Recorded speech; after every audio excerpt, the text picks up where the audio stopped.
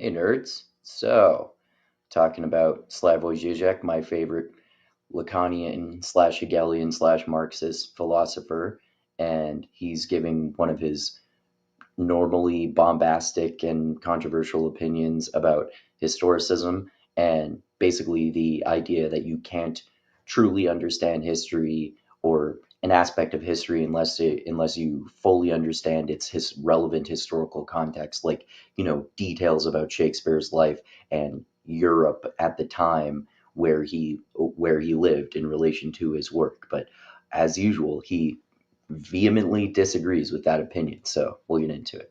I always opposed historicism, which says, for example, to really understand Shakespeare, you have to know the details of Elizabethan England and so on. Shakespeare didn't understand himself. His work was full of inconsistencies, incomplete, and if you come later, it's not an obstacle. You can even understand Shakespeare better than he understood himself. So in some sense, we are not just reading Shakespeare differently. We are literally completing his work. The best Shakespeare cinema version that I know is done by Akira Kurosawa, 61 or 2.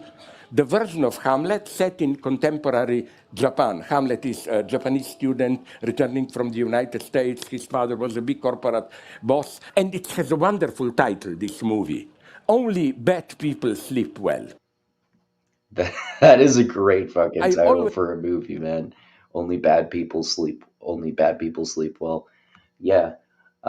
So yeah, that's it. That's interesting as usual. We can possibly even understand Shakespeare better than Shakespeare understood himself without understanding the relevant context. Basically, it seems like he's implying that based on our interpretations of Shakespeare, we can understand Shakespeare's messages that he was trying to convey in that artwork in a better and more detailed way than even he did, and like meaning that there are more layers to Shakespeare than even Shakespeare realized, which you can realize without understanding any relevant context about Shakespeare himself or history at the time, just by looking at his work and looking at interpretations of his work. So yeah, I mean, I definitely think I definitely don't entirely agree with his opinion as usual. I think that it's important to understand the historical relevant context to an issue. However, whatever the relevant issue is definitely more important. You can get the issue